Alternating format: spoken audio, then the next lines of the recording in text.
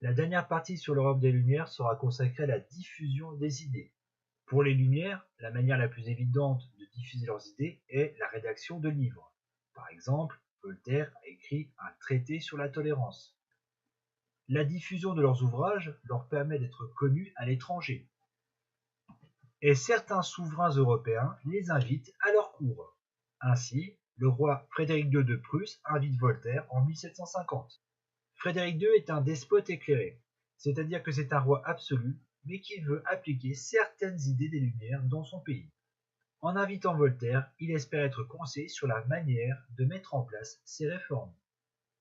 Ainsi, il abolit la torture, il rend la scolarité obligatoire, il permet une tolérance religieuse, mais c'est un roi absolu, c'est-à-dire qu'il ne met en place que les mesures qui peuvent augmenter son pouvoir.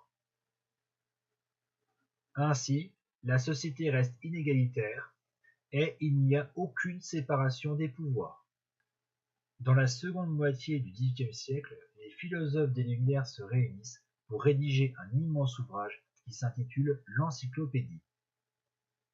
Le but de cet ouvrage est de rassembler toutes les connaissances dans tous les domaines possibles.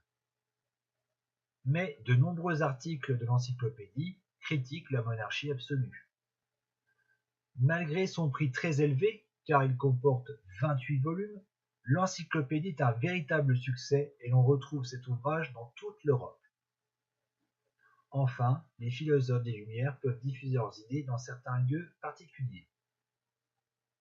Tout d'abord, ils sont invités dans des salons où ils peuvent expliquer leurs idées. Ces salons sont tenus par des femmes de la haute société et sont donc des lieux très influents. L'un des salons les plus importants de l'époque est celui de Madame Geoffrin. Autre lieu plus populaire, ce sont les cafés, où les philosophes se réunissent également pour discuter de leurs idées. Par exemple, le café Procope à Paris, qui existe toujours. Les idées des Lumières se diffusent progressivement tout au long du siècle, mais elles concernent surtout des personnes qui vivent en ville et qui savent lire. Dès lors, l'immense majorité de la population qui est paysanne n'a qu'une vague idée des idées des Lumières.